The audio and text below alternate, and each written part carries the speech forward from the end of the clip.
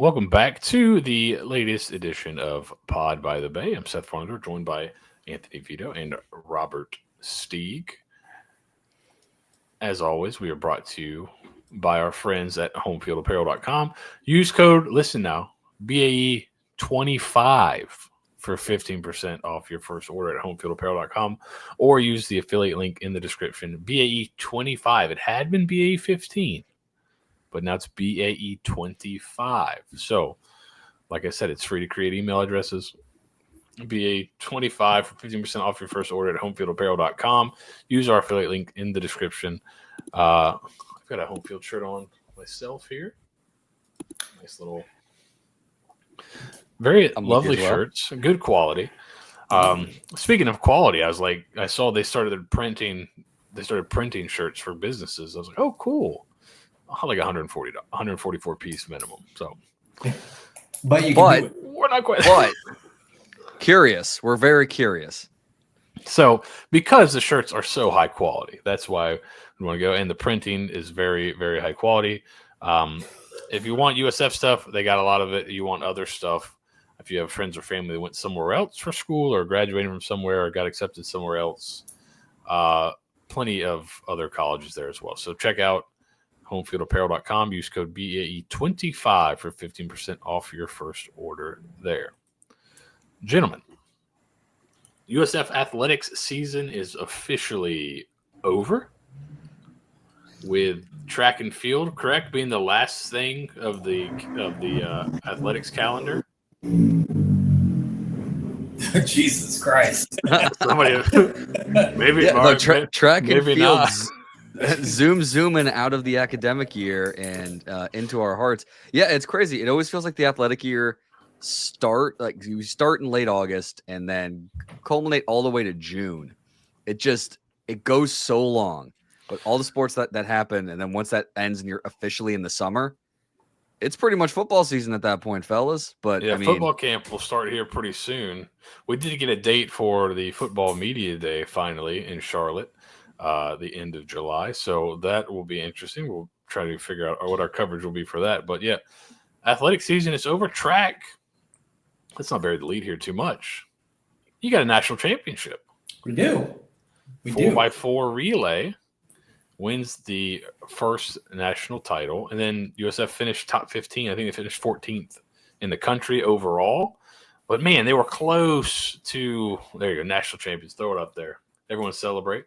They were close to even a higher team finish. Just a couple of things didn't quite go their way, but it was nice to see that 4x4 team win a national championship. Pretty cool stuff there, Steve. Yeah, no, absolutely. They definitely. Let's be completely honest about it for a second. They definitely should have won by more.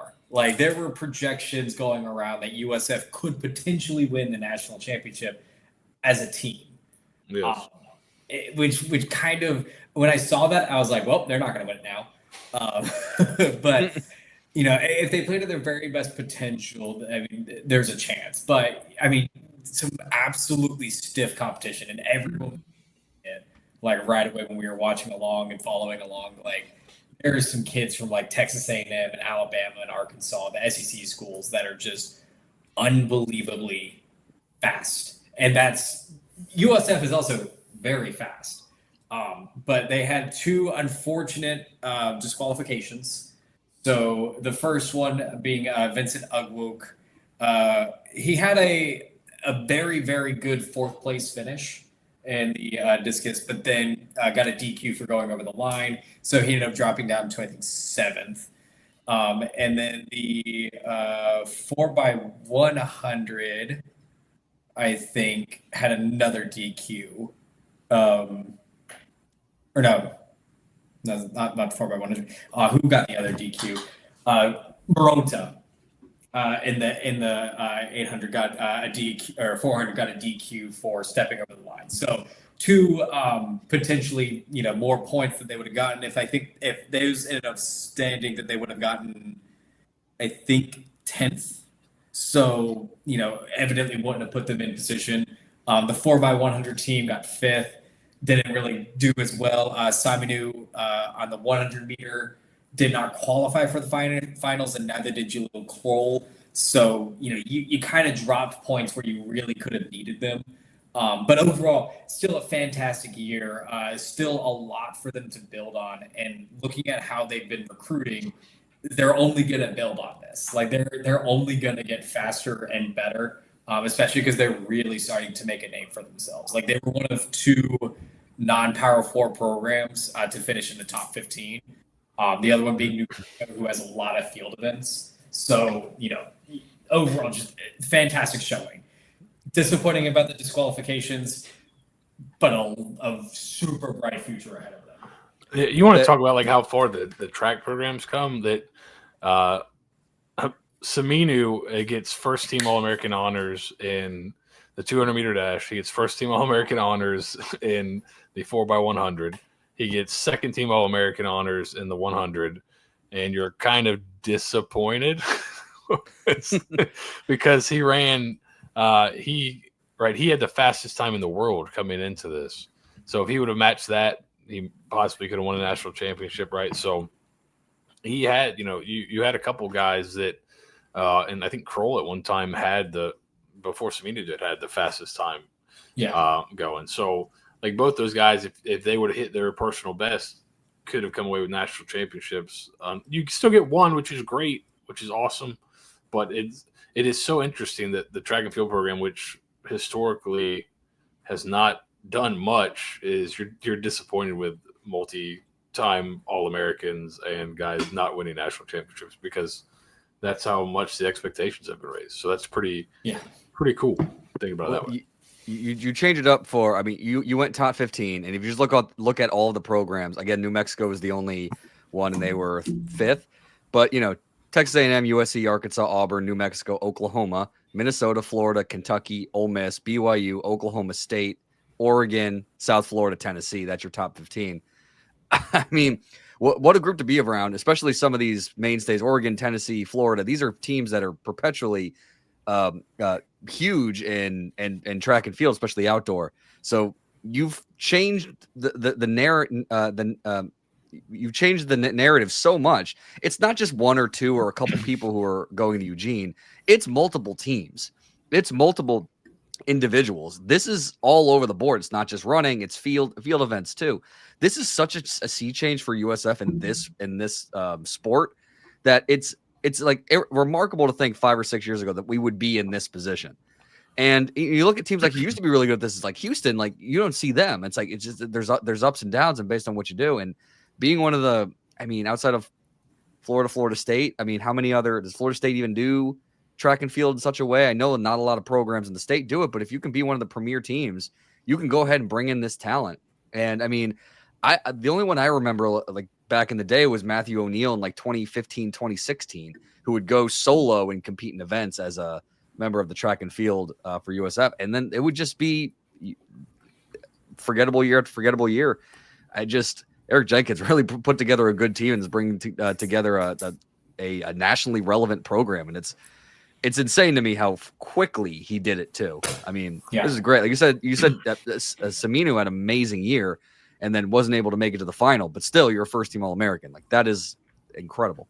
And maybe, I think the hope is that now that the program's a little bit more established, you don't, and I have no idea what the NIL world looks like for track. I would imagine it's not quite as intense as others because, first of all, if you're really good, you just go pro. But maybe the program's at a point now where you don't lose a guy like Romain Beckford. Like he would stay. And maybe if you can keep those guys, then that pushes you towards the team championship goal. So right. Pretty cool stuff. That is also a really good point. They did this despite having Kobe Babin go pro and Iridia cheated. So, that's, I mean, 10 All-Americans. Like, what in this sport? Again, 5-6 years ago. I mean, 5 years ago, I would have laughed in your face. Well, I'm thinking that called you an idiot. Jenkins was hired in 2019, and that was literally like, okay, Michael Kelly hired a guy, and they care about this sport now. He flipped it in one graduating class, essentially. I'm consistently shocked I'm like, I'm not even surprised anymore because the talent is there. When you see it throughout the entire year, you're just competing against better and better talent. But like, you won the past 4 AC championships. You're a dynasty at this point, and you're bringing in better talent. So even the guys you're graduating, you're replacing with. This is wild. I just build the man a statue. Like seriously, build the man a statue. He did something that I thought would never be possible here at USF, and that makes me. And I know this is stupid. It gives me hope for every sport. Every sport can reach that. You just got to get the right guy in the right place. Sorry, I'm pumped. This is pretty exciting. A true national champion since the last time USF was either sailing or I think rifle shooting. Well, Romain Beckford won a national championship, but it's more of a team. Yeah, that was a team. Yeah, team. Sailing and sprinting is sprinting is like those are the premier track events. You do before we move on. You do have to. You got to score one for the. We're in Florida. Why aren't we better in track, people? They were totally right. We should be a lot better in track. Score one for them. They were correct. One thing I kept seeing is when Saminu during the AC became the fastest time in the world for the year, and that made the rounds. Was like, if he's super fast, just put a helmet on him and make him run straight and throw a football. I'm like, I mean, Jaquan Smith was also on the track team last year. Track speed doesn't necessarily translate 100% because then you also got to get hit. That hurts. I was about to say, if Saminu had to take a crosser over the middle of the field, he would die. I think he'd take I think his choice on the choice route would be where I'm just going to run straight very fast every time. Mm-hmm. Not a bad choice if you're if you're him. So, all right. So let's move on now. That's kind of the final thing. So national champions, banners fly forever, right? So congratulations to all involved. But we wanted to do kind of an athletics year in review here. So let's go ahead and look back on the year that was in USF Athletics. Where do we want to start? Do we want to start with something positive or something negative? Let's start negative. Mm-hmm. All right, so let's go with should we start with worst moment? Because that'll probably be one of the easier ones. Yeah. In terms of or maybe one not easy, but more consensus, I would imagine. Yeah. I think that's probably the easiest thing to pinpoint.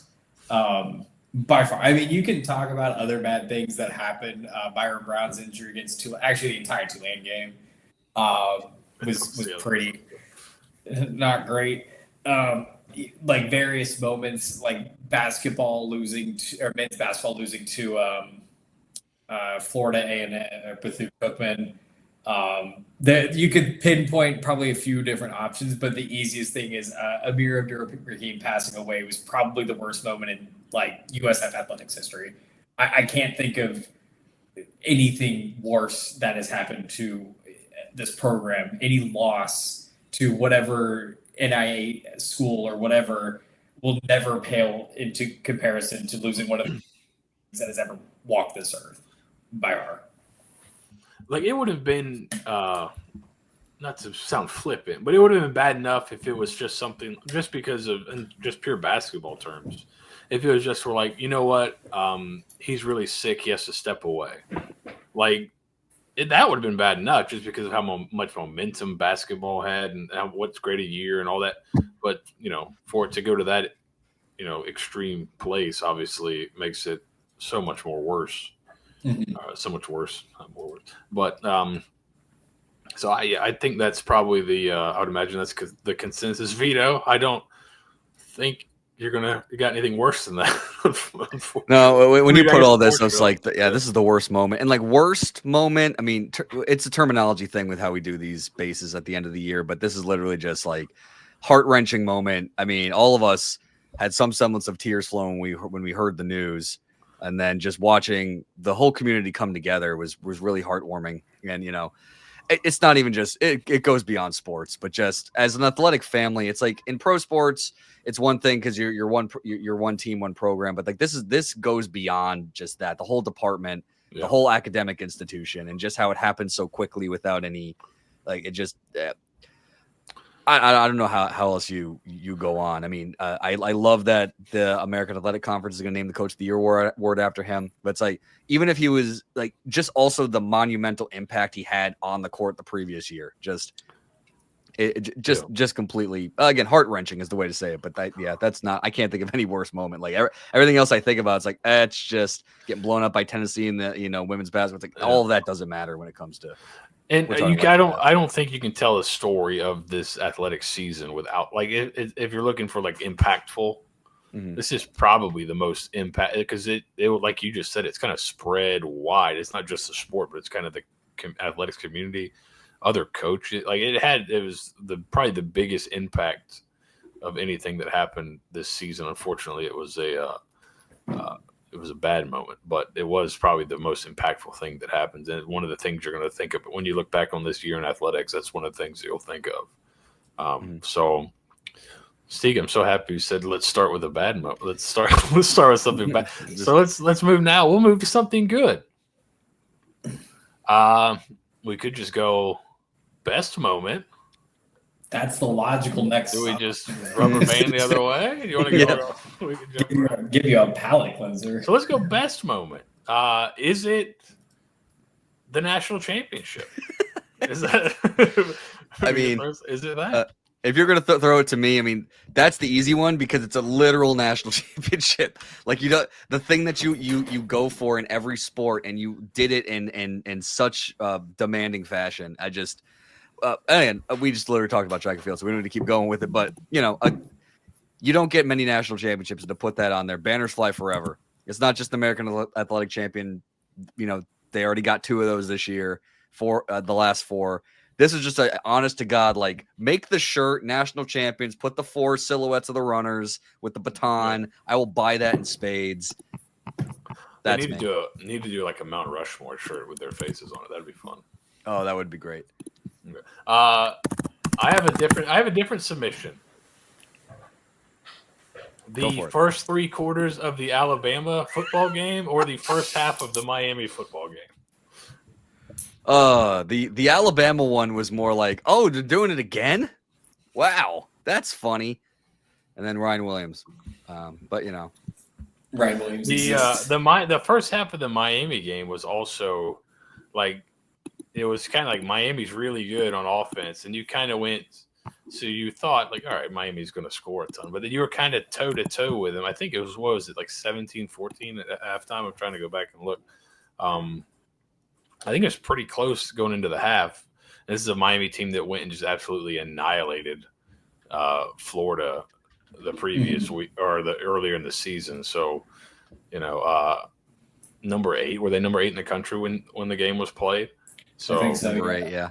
So that was like, and if you want to boil it down to one play, the touchdown pass from Sean Atkins to Byron Brown, they gave you a lead going into kind of the end of towards the end of the first quarter there. So yeah, it was 22 to 15 at halftime.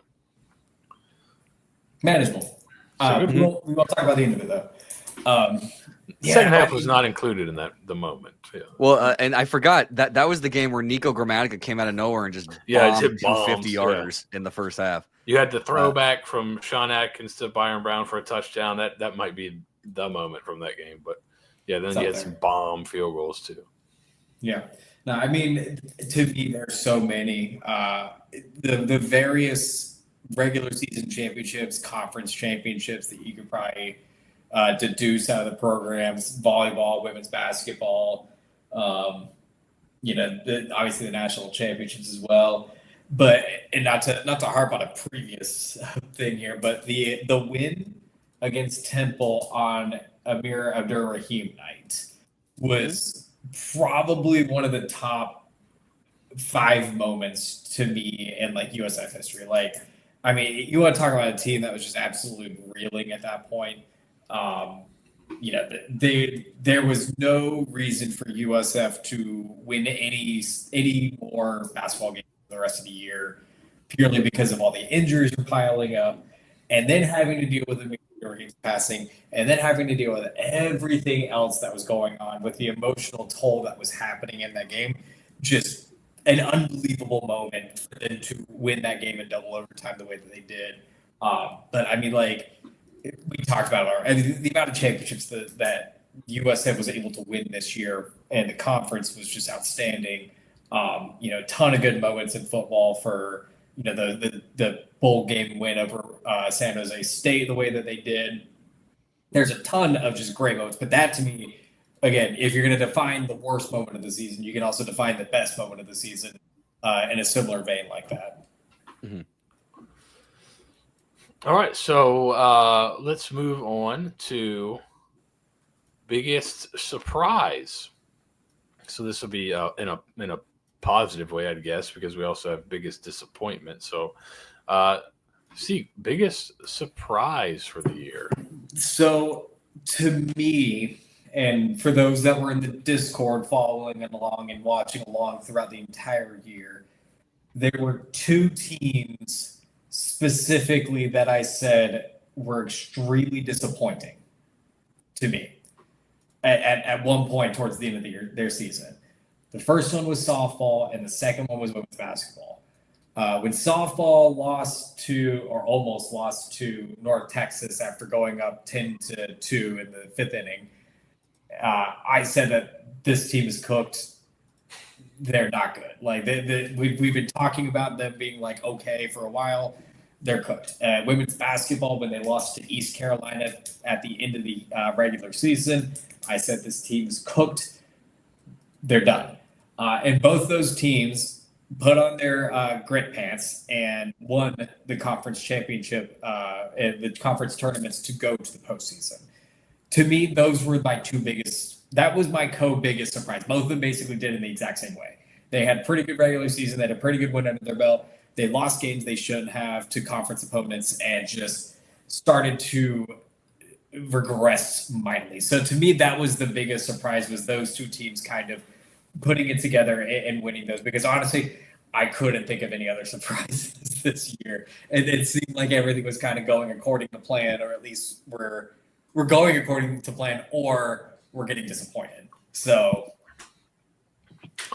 the one that popped, I think it was it you and I that were on here talking about what a terrible loss to Rice it was going to be in women's basketball, and they came back and won? Yeah, that was a big surprise. That was a pretty big surprise. That was hilarious because they were getting completely cooked, and then as the podcast was going on, the comeback came, and I think they hit a 3 to tie it at the end, and ended up winning in triple overtime. Yeah. It even went to like, oh, they're not going to come back in overtime, and yeah, biggest surprise in the sense that like you were right that because the way that the schedule was, they couldn't take those losses that they did, even though they won the regular season, but we didn't expect them to win as many games as they did to go ahead and win it all.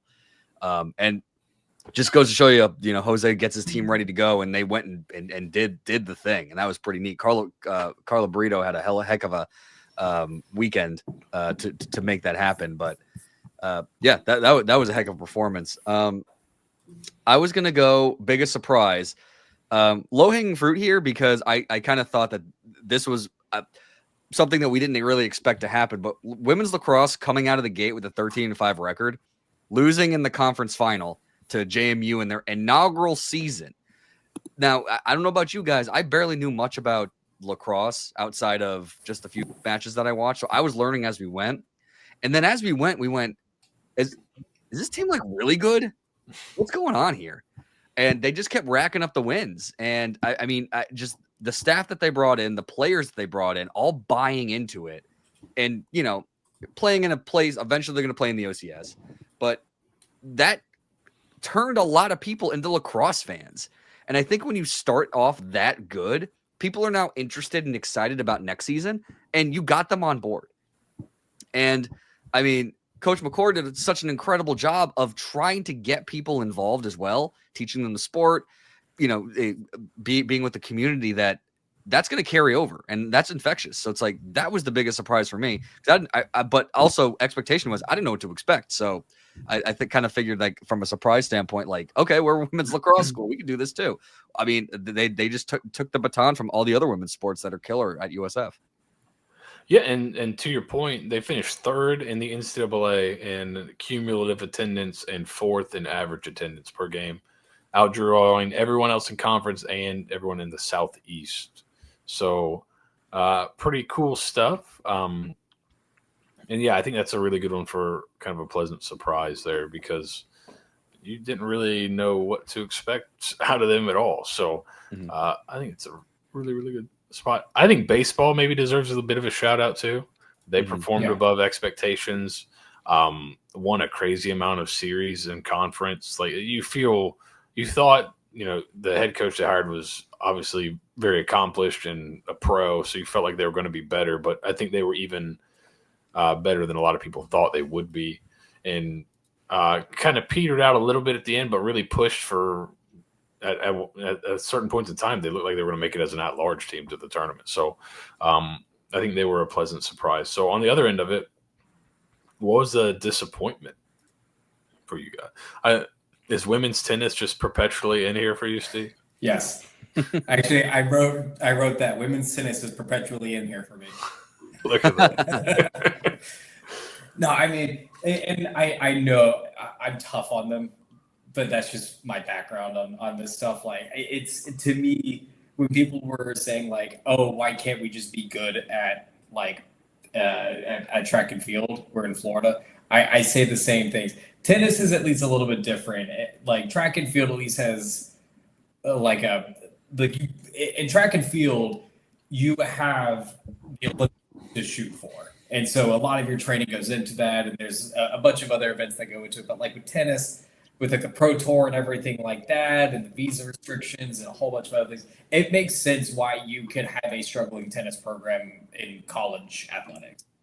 It's also probably why like tennis is like one of the first things cut when athletic programs are looking to change things. But for USF, at least, like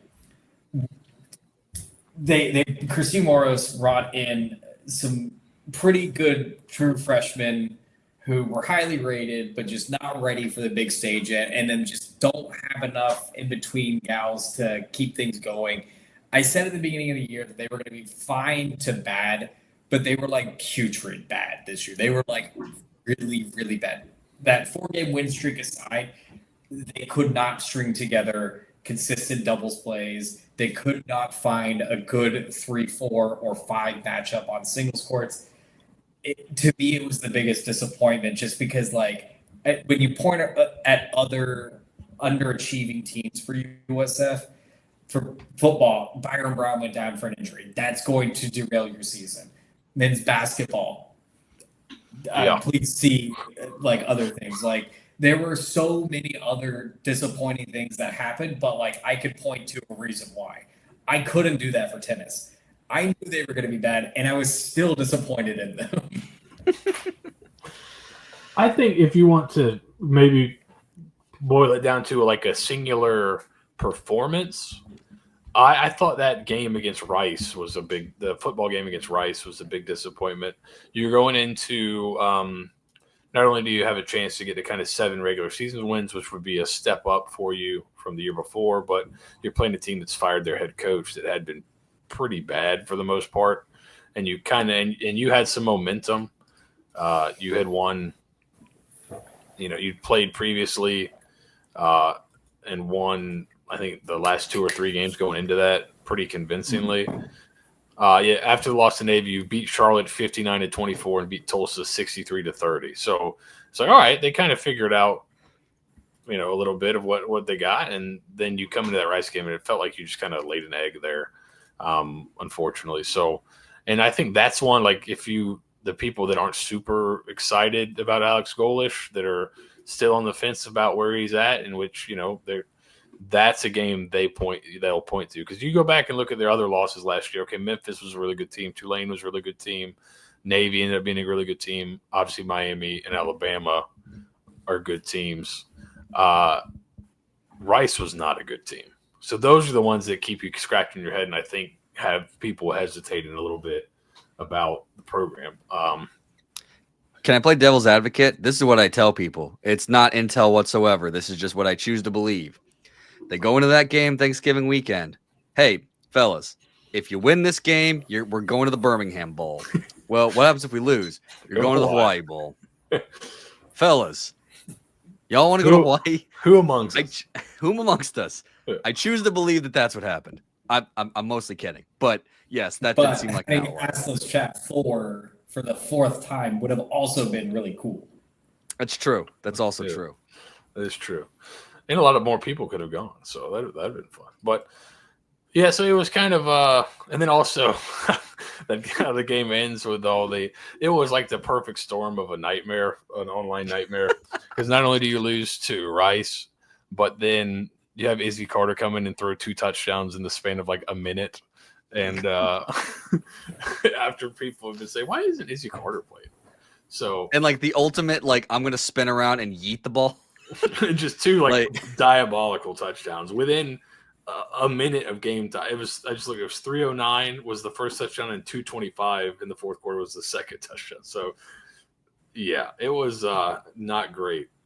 And so that was a game that ended up being like, it looked even closer. The final score kind of flatters USF a little bit because it was 35-28. It was 35-14 before with 3 minutes to go in the game. So to me, that was like, if I'm looking for like one particular performance to be disappointing, you mentioned the women's basketball game in the tournament earlier, but when we were previewing it, we were like, Tennessee is like really high variance. This could be they can miss a lot of shots and it's a really tight game, or they make a lot of shots and it's not a really tight game. So that one was not like super crazy. That was like on the high end of what could possibly happen. But yeah, losing to Rice, that was a bit of a shocker. So that's my biggest disappointment. Vito, what did you have?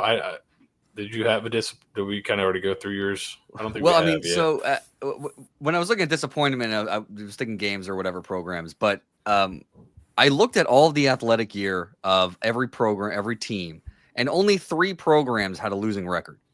So we already went over tennis. I mean, one that's remarkable in and of itself. The other one's women's golf. And I'm not saying that the expectations are super high, but golf is a sport that you would expect to be relatively competitive in. I see 3 tournaments where they were in the upper half of the competition, and then they finished 10th and 11th at the AAC Conference Championship. And again, that's at Brooksville, so just down the road. It's one of those things. You tandem that with how successful men's golf was.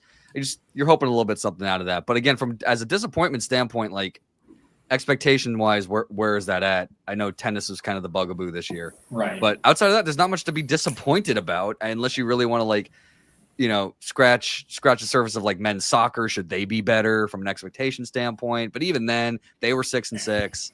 So it's like disappointment. Like I mean, I'm not gonna say I'm disappointed, but I feel like that was the last choice to add to the conversation. Yeah, I'll add one more. Like women's, or let's see, like volleyball got knocked out. Like won the regular season, they got knocked out in the conference tournament.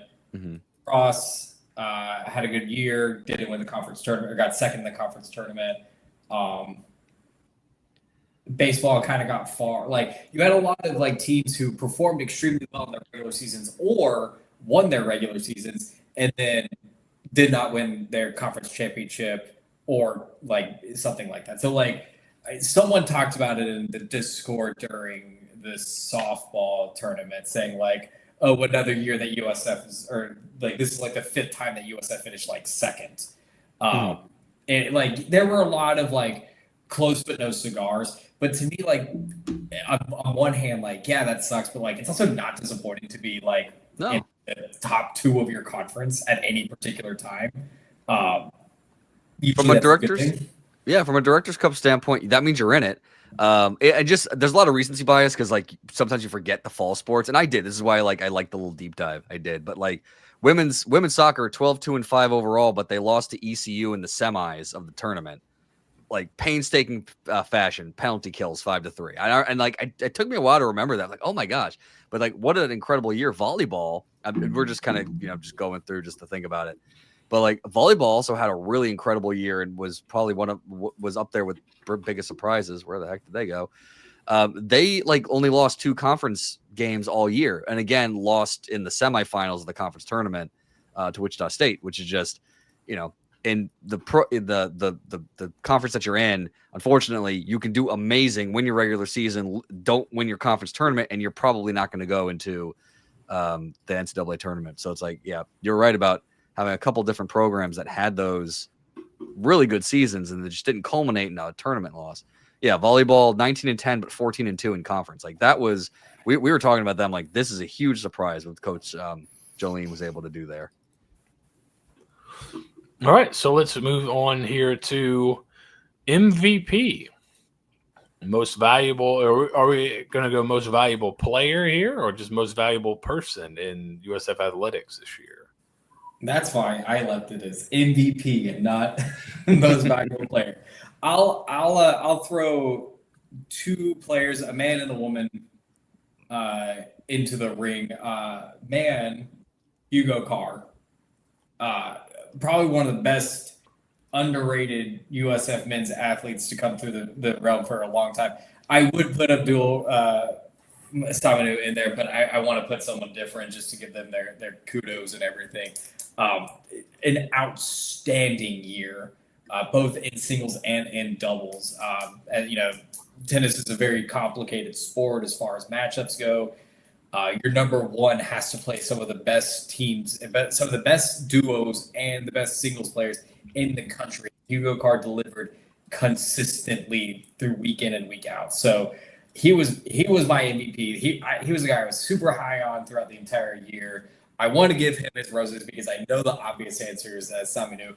But as far as women go, George Brown out of women's soccer, as an absolute X factor for USF's team this past year because she's a primary defender. But anytime USF needed a goal, they would throw her up to the top, get a corner kick, and she just would always find a way to get into the net, whether it was by her own regard or getting an assist or something. She was just on fire consistently throughout the women's soccer season. Again, a shame that the way that they ended the year. She could have taken them a lot further, but just an absolute MVP for me for how well versed she was across various sports or various positions for women's soccer.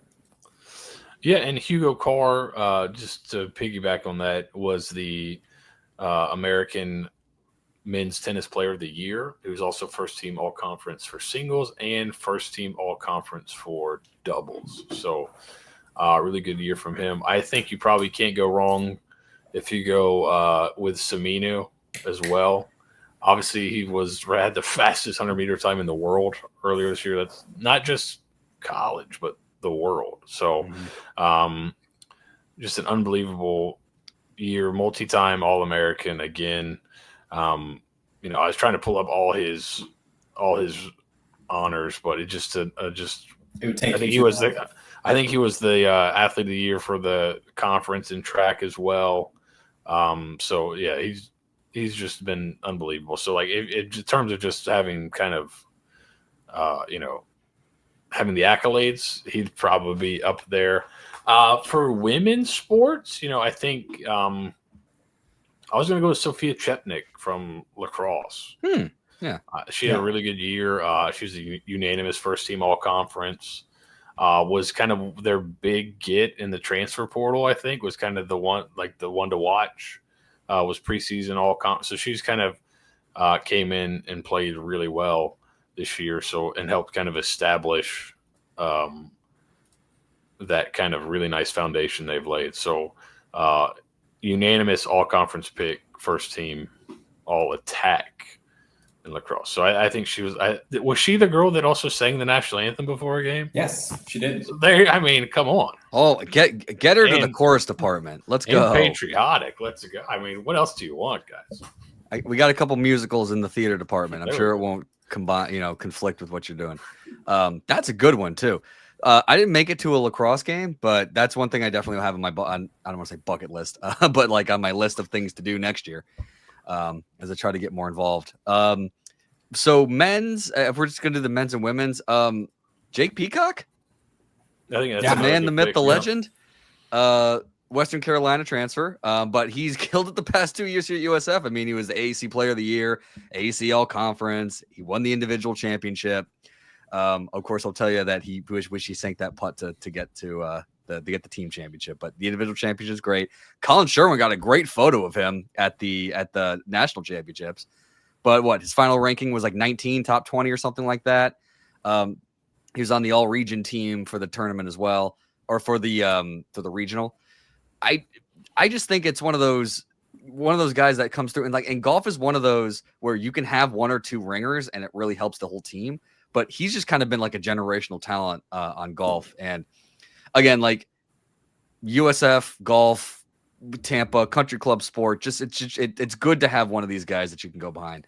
And Jake Peacock's such a great name as well. And he looks good with the white Rocky the Bull swinging hat. I'm a big fan of that. So that's what I'd say, MVP. And for the women's side, this was more of just an eyebrow raise, just trying to remember the fall season. But the goalkeeper for women's soccer, gonna butcher this name, Leda Goliath Gulak. Anyway, started all 19 games, 50 saves, 7 goals against the entire season, 0.39 goals against average. Just from a statistical standpoint, that's stupid. Like, what the heck? Won 12 games, lost 2, 5 ties. But just from a statistical standpoint, like, I think it happened so long ago that we completely forgot how dominant this women's soccer team was early on, especially going through a coaching change. So it's like I'm really excited because like women's soccer kicks up in like 2 months to really get back and see what happens. I wonder if they're going to do another exhibition with the Tampa Bay Sun again, the champion Tampa Bay Sun. Yeah, Vito, I just listened to her pronounce your name. Do not feel bad. Oh okay. My Lord, that's yeah, that's I have the entire time. Not even feel real bad. She is coming back from what I can see from the roster. But I'm looking back at this too. It's like they lost the first game against Florida State and then just lost one game the rest of the year to Memphis. It was also really good. Yeah. Well, Memphis is a top 25 team perpetually. And they unfortunately lost in the semis to ECU and penalty kicks, which once it comes to penalty kicks, it's like flip a coin. Exactly. It's not fair. Get rid of penalty kicks. It is what it is. One other woman that we could probably throw in there, women's volleyball leader was Maria Clara Andrada, who I had to double check the stats. The team, as a whole, she averaged 4.69 points per set. She had 570 points scored throughout the entire year, 453 kills, 4 kills per set, almost 1,100 total attacks, and then about 21 aces throughout the entire year through like 108 sets played. Just an absolute workhorse. I think she's coming back. I hope she is for volleyball. So she's another one of my MVPs. But then I also have to say Ben Fletcher. Oh yeah. Yep. I mean, to hold everything together also deserves a little bit of commitment and respect. I can't imagine you're having to deal with the death of your friend and with the family, and then all of a sudden you have to get the interim tag, and then trying to figure that out a week before the season starts. It's like the man is a saint. I don't really care about the record. We didn't talk about basketball at all in any of these, just because it's not fair what that team had to go through. Steeg said constantly in the Discord, I just want to give this team a hug. And that's true. Just want to give him a hug, want to give the team a hug. And I'm hoping everybody who's moved on to other programs and whatnot are able to find to build on them. But what they did this year is just something that you can't quantify. And I don't care what anybody says. You can't do that. You can't judge anybody on the actual results on the court. I am glad that they won that game against Temple. To just take a back step, it does look like she is back as a junior. Dope. But, I think one more name to mention real quick. I don't think she probably had her best year, but like you want to talk about like going out on your sword or going out swinging. Sammy Puises scoring 28 in the NCAA tournament, coming back from a really bad injury the year before. I think that's another name that needs mentioning just because she had really good career after transferring from Florida State here. So names worth mention. So that's kind of the review, but let's get kind of a state of the program. Now, obviously, Michael Kelly's leaving, so that throws some things into the air a little bit. But I don't know how you guys feel. You know, I think I'm pretty confident in the crew that's going to be hiring people to hire a pretty good administrator and somebody that's going to be pretty aggressive. Because I think the group that's going to be doing the hiring is pretty smart and really athletics forward. So I don't think you're going to get anybody that's kind of terrible. Now, obviously, we'll see. But that coupled with what's coming back next year, like how do you feel about where USF is, the athletics department, and then maybe what are some things you're looking forward to for next year? I can go ahead and go if you guys need a little bit more time to think about it. Yeah. I think like the big revenue sports should be exciting. Football should be pretty good, I think. This is a really good year to kind of see if they can take that next step, which I think, you've recruited really well. You're like the best recruiter in conference just about the last 3 years. So it's time for those guys to hit the field, and you've done a good job in the transfer portal, keeping most of the guys you want. So obviously very difficult schedule, but it's very possible this team's challenging for the conference championship or the championship game at least, which would be a nice step forward. And then I think men's basketball is going to be a lot of fun. Like they did a really good job in the transfer portal. I think Hodson's a good coach. Just their playing style will be fun. So that will be, I think you've got a chance to be pretty good in both those two, which, you have a really good year in those two. And then, who knows what happens with the conference realignment dominoes. That gift's still out there, by the way. So there's still could be dominoes falling at this point. So, but you have a good year in those. And I think with some of the other sports we've mentioned, we will have a lot of people returning. So if you can just kind of continue to build off this success and maybe get a really good season out of the two big revenue sports there, I think you'll feel really, really good to this time next year. Yeah, I agree. I mean, that's kind of the key that I kept on looking back at, and I had to triple check. I think when everyone started to get into the NIL space as well, the initial worries that people had were like, oh, if USF has a good player, they're just going to go to the portal and go to Florida and make a ton of money. And as of this year, that really didn't happen. Again, throwing men's basketball to the side, you didn't really have any marquee star players leave any team at all. You would have a role player or two depart, which a Rami Levy, a Leah Schneider from volleyball, Aiden Longoria from baseball. You had a few guys leave here and there, but your marquee names all stayed. Everyone was saying Byron Brown was going to leave after the football season. There were people that were saying Miami was offering him money and everything like that. And USF was able to weather the storm because of the alignment that they have throughout their entire organizations, the structure that they have for NIL, and then just their general camaraderie that they have going around the program. So that's got to make you feel good, because when you take a look around the last couple of years, the tumultuousness from the college football transfer portal coupled with the NIL space has thrown a lot of wrenches in teams that we may or may not see ramifications from. Tulane, a marquee program for the American Athletic Conference, lost their star quarterback to Duke.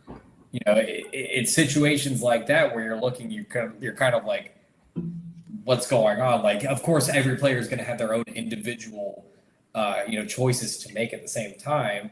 But, for the most part, you've got to feel pretty good about yourself when you look around and you see we had a pretty good year in the college athletics space, and most of it's coming back.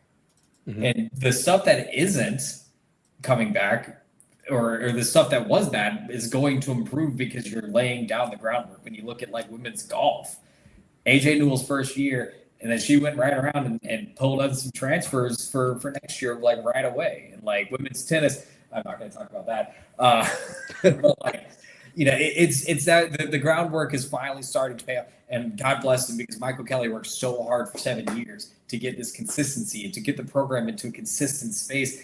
And he's kudos to him. If you're going to leave, now is probably the best time to do it. Teams are already doing their thing, and you've got enough associate athletic directors to make all these decisions for you. All you're doing is just kind of guiding the ship at times. Yeah, at this point in time, there's so many big teams that are on this. It's not like one person leaves and the whole dominoes are going to fall, at least the way that they're built currently. So steady the ship, keep going. Like you said, Michael Kelly leaves, so we have to trust the people that are going to make this decision, whether they go externally and who they find. You have the ability to take your time. You have a team right now that can handle everything that needs to happen in the offseason. You have no other athletic things going on right now outside of training and camps. So you can take your time if you need to, and you have a team that can do that. So that's really good there. And all your programs are returning a lot of them, your main contributors back. You should kind of expect to do much of the same, if not better. It should be a really exciting year next year. I think it's going to be really fun. And as you're seeing that, you're seeing the stadium being built. That's just consistently going to be interesting over the 2 years to watch that, because drones are going to be taking photos of that every time there's an ESPN anywhere near that. Corbett, you can oversee it. Yingling Center right there. It's going to be really nice to be that as a part of, hey, this is what's growing with the athletic department. Football has a chance to be really, really good. I know a lot of us, we're not getting into that preview season quite yet, but I just think there's a lot of people out there that just need to see the two revenue sports come out swinging and do really, really well, because for whatever reason, they need to see that for it to be a success. Nothing else matters outside of football and basketball. And, to an extent, from a greater realignment standpoint, I understand how the truth it is, but I'm looking at this. There's only 3 teams that had losing records, and everybody else was a winner. You could go to a game at any point in time in the fall or spring and go see a winner, and that is really cool as a student, as a community member, anything like that. So I think the future's bright. Speaking of the future, we're going to talk some recruiting in the Ponderosa. If you'd like to join us, please join our Patreon at patreon.com/Bay Area Examiner. $5 get you in the special section of the Discord, which we just had to cut a little nugget that was shared in there. And then $10 will get you the extra podcast that we're about to go do. So if you're in the Discord, you know everything that's going on here. So if you're enjoying this, join us there. If you're a member, tell your friends. Patreon.com/Bay Area Examiner. Get some extra stuff. Let's go talk some recruiting, guys. Go Bulls. Go Bulls. Let's do it.